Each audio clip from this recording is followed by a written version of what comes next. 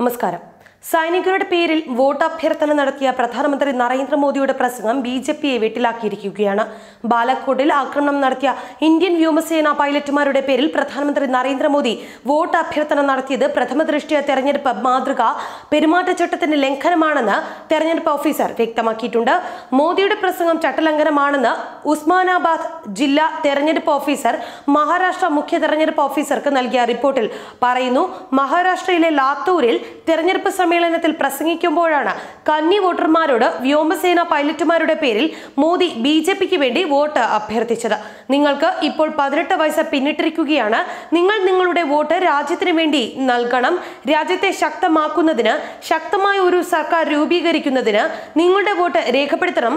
പുൽവാമ ഭീകരാക്രമണത്തിന് തിരിച്ചടിയായി ബാലക്കോട്ടിൽ വ്യോമാക്രമണം നടത്തിയ ധീരരായ വ്യോമസേന പൈലറ്റുമാർക്കുള്ള ബഹുമതിയായി നിങ്ങളുടെ വോട്ടുകൾ രേഖപ്പെടുത്തണമെന്നും അദ്ദേഹം പറഞ്ഞിരുന്നു. സംഭവം വിവാദമാവുകയും പ്രതിപക്ഷ കക്ഷികൾ തെരഞ്ഞെടുപ്പ് കമ്മീഷനെ സമീപിക്കുകയും ചെയ്തതിനെ തുടർന്ന് സംസ്ഥാന തെരഞ്ഞെടുപ്പ് ഓഫീസറോട് കേന്ദ്ര തെരഞ്ഞെടുപ്പ് കമ്മീഷൻ റിപ്പോർട്ട് തേടുകയായിരുന്നു. തുടർന്നാണ് മോദിയുടെ പ്രസംഗം പരിശോധിച്ച ജില്ലാ തെരഞ്ഞെടുപ്പ് ഓഫീസർ പ്രസംഗത്തിൽ പെരുമാറ്റ ചട്ടലംഘനം ഉണ്ടായതായി കണ്ടെത്തിയത്. സൈന്യത്തിന്റെ പ്രവർത്തനങ്ങൾ തെരഞ്ഞെടുപ്പ് പ്രചാരണത്തിൽ രാഷ്ട്രീയ നേട്ടങ്ങൾക്കായി ഉപയോഗിക്കുന്നത് തെരഞ്ഞെടുപ്പ് പെരുമാറ്റച്ചട്ടങ്ങളുടെ ലംഘനമായിരിക്കുമെന്നും അത്തരം പ്രവൃത്തികളിൽ നിന്ന് രാഷ്ട്രീയ പാർട്ടികളും സ്ഥാനാർത്ഥികളും വിട്ടുനിൽക്കണമെന്നും തെരഞ്ഞെടുപ്പ് കമ്മീഷൻ മാർച്ച് 19 പുറത്തിറക്കിയ ഉത്തരവിൽ വ്യക്തമാക്കിയിരുന്നു. ജില്ലാ തെരഞ്ഞെടുപ്പ് ഓഫീസറുടെ റിപ്പോർട്ടും മോദിയുടെ പ്രസംഗത്തിന്റെ വിശദാംശങ്ങളും കേന്ദ്ര തെരഞ്ഞെടുപ്പ് കമ്മീഷന് കൈമാറും.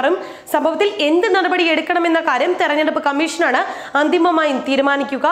ജില്ലാ തെരഞ്ഞെടുപ്പ് ഓഫീസറുടെ റിപ്പോർട്ടിലെ കണ്ടെത്തലുകളോട് കേന്ദ്ര തെരഞ്ഞെടുപ്പ് കമ്മീഷൻ യോജിക്കുകയാണെങ്കിൽ പ്രധാനമന്ത്രിയോട് വിശദീകരണം ചോദിക്കും. ഇക്കാര്യത്തിൽ ഈ ആഴ്ച തന്നെ തുടർ തീരുമാനമുണ്ടാകുമെന്നാണ് റിപ്പോർട്ട്.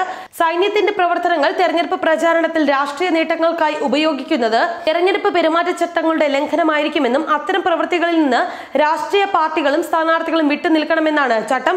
എന്നാൽ ഈ ചട്ടത്തെ മറികടക്കുന്നതാണ് മോദിയുടെ പ്രസംഗമെന്നാണ് കണ്ടെത്തിയിരിക്കുന്നത്.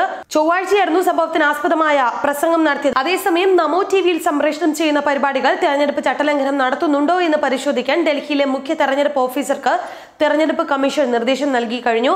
നിരീക്ഷക സമിതിയുടെ അനുമതി ലഭിച്ചിട്ടുണ്ടോ എന്ന കാര്യവും പരിശോധിക്കണമെന്നാണ് കമ്മീഷൻ ആവശ്യപ്പെട്ടിരിക്കുന്നത്. രാഷ്ട്രീയ ലക്ഷ്യങ്ങൾ മുൻനിർത്തിയുള്ള പരിപാടികളാണ് നമോ ടിവിയിൽ സംപ്രേഷണം ചെയ്യുന്നതെന്ന കോൺഗ്രസ്, ആം ആദ്മി പാർട്ടികളുടെ പരാതികളെ തുടർന്ന് കേന്ദ്ര വാർത്താവിതരണ പ്രക്ഷേപണ മന്ത്രാലയത്തോട് തെരഞ്ഞെടുപ്പ് കമ്മീഷൻ വിവരങ്ങൾ ആരാഞ്ഞിരുന്നു.